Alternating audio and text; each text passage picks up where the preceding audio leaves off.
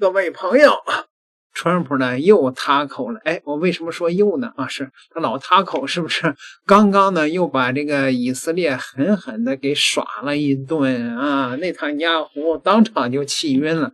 这两天呢，大家都知道，前两天说内塔尼亚胡来了美国啊，跑到白宫去和泽连斯基一块儿又去忽悠川普去了。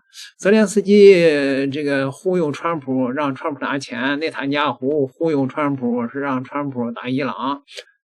这个最开始的时候，美国的报道说，忽悠的很成功。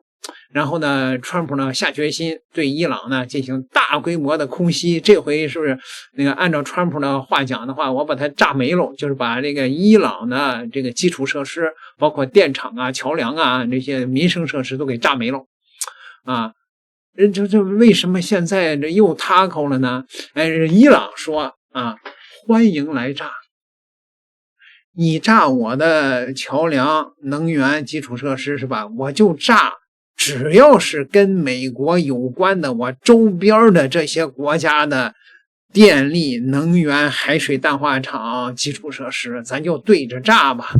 以前的时候，我给大家放过一个片儿大家也看到了，就说美国呢，其实炸这个伊朗的这些道路、桥梁没个毛用。为啥呢？因为伊朗的国土面积太大了，而且伊朗的这个基建能力咱也不知道跟谁学的，也非常强。那个设备呢也是成套的。他刚把这桥炸完了，人家伊朗就在旁边又修出一条路，搭了一个桥，所以这个没啥用那么现在呢，伊朗这么一说，周围的这些阿拉伯的这些美国小弟们受不了了，你知道吗？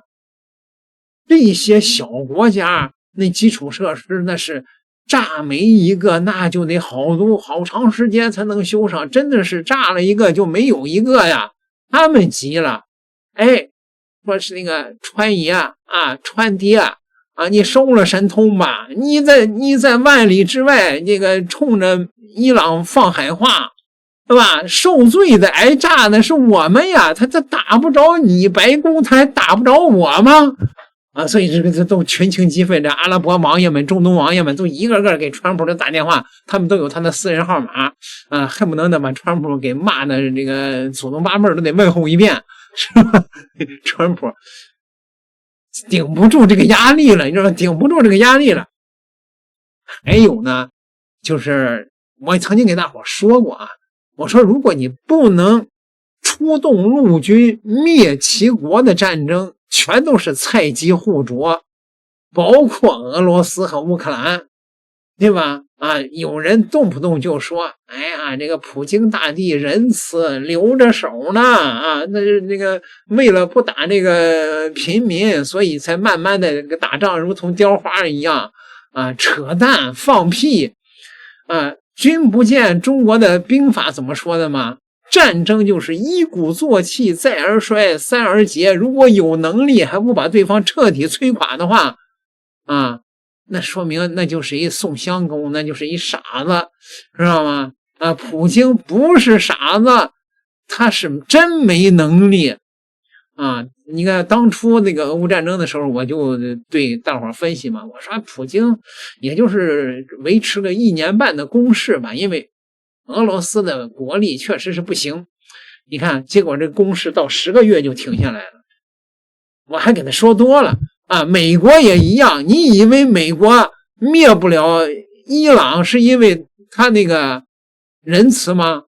是因为他臣妾真他娘做不到所以说傻了川普紧急叫停，这个仗咱不能打了把内塔尼亚胡的老腰都给闪折了。我现在正位于伊朗首都德黑兰，现在是当地时间2号的上午11点，北京时间的15点30分。连续多日以来，美国和以色列持续对伊朗发出战争威胁，但就在地区战争警报全面拉响之际，当地时间的2号，美国总统特朗普宣布取消原定对伊朗的军事打击计划。尽管这一消息让持续紧绷的中东局势短暂降温，但伊美对峙并未结束，双方关系也并未出现根本性缓和。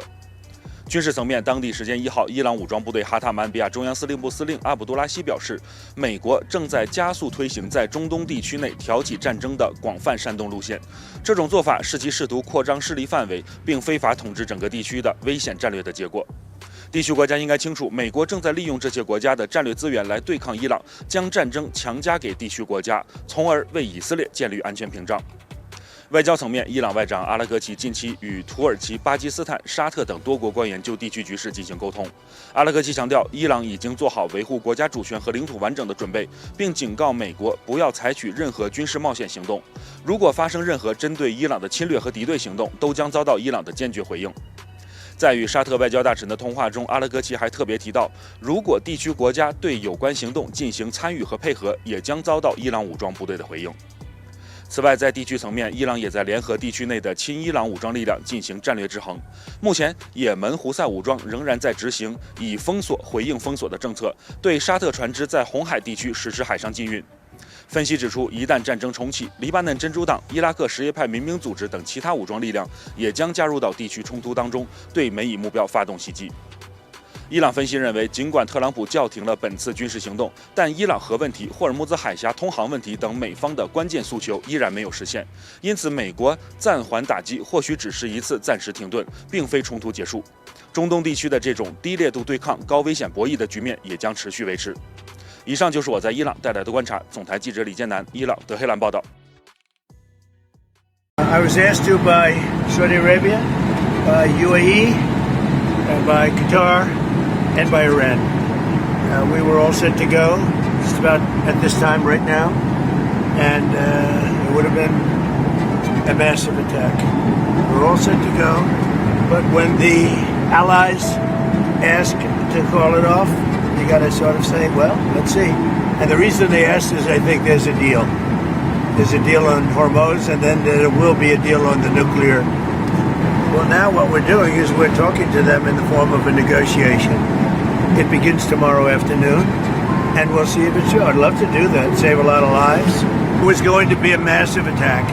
It was going to be an attack that would have been by far the biggest attack since World War II, but they've asked us not to do it. They said, please don't do it, and their neighbors said that too. And so we're just going to see whether or not we can make a deal toward the denuclearization. 报道援引一名以色列高级官员的话说，以色列总理内塔尼亚胡、国防部长卡茨及其他高级官员均是通过美国总统特朗普在社交媒体上发布的信息，才得知美方叫停了此次打击伊朗的行动。在此之前，以色列政府数小时内处于信息真空和不确定状态，对美方战略意图感到困惑。报道称，特朗普宣布取消袭击后，以方产生了被盟友抛弃的感觉。报道称，以方起初认为这可能是美方麻痹伊朗的策略，但随后以军方和外交官员设法联系美方，最终证实特朗普政府确实改变了主意。另一名以色列高级官员对此表示极为受挫。他对媒体指出，以军一旦降低戒备级别，若想重新完成战术部署，需要耗费大量时间。他表示，以方将所有军事资源都集中在单一战场，最后却发现长时间的高级别戒备完全是空号，这令人非常沮丧。以色列不明白美政府的最终目的是什么。报道最后指出，以方认为特朗普政府随时可能再次改变主意，因此以军目前仍保持着高级别戒备状态。2号，美国总统特朗普在最后一刻叫停了对伊朗的军事行动，这对以色列来说无异于是一次戏剧性的急刹车。特朗普在声明中还公开点名以色列，说以色列共同致力于此。反观以色列，官方没有回应，媒体呢援引官员的话称，以军仍然保持高度的戒备，并且情报机构研判认为，即便是美军暂停了行动，以色列被冲突波及的风险依然很高。1号，有以色列官员对媒体表示，以方对美国重启军事行动的决定并不完全知情，也没有收到要求以军直接参战的指令。但同时，以官员又警告，中东局势处于爆发的边缘。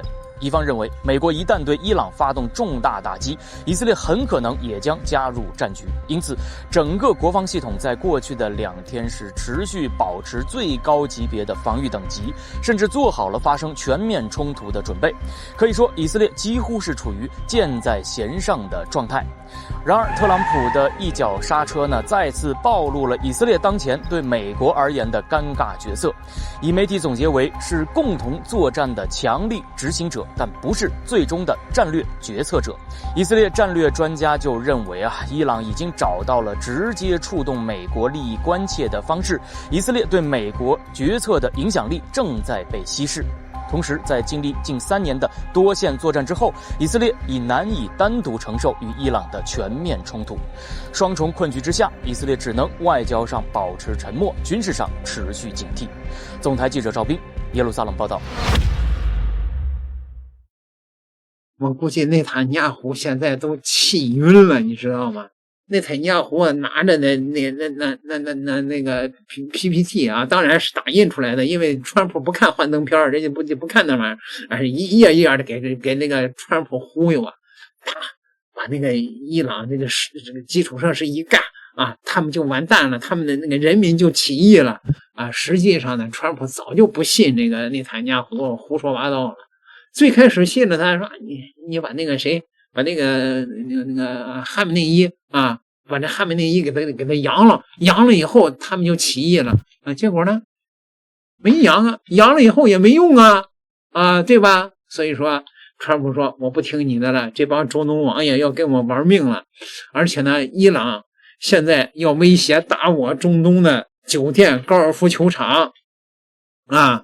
打了美国的基地我不心疼，打了我的产业我是真他娘心疼啊！别打了，停，就这么回事儿。各位点个订阅吧，咱们下期再聊。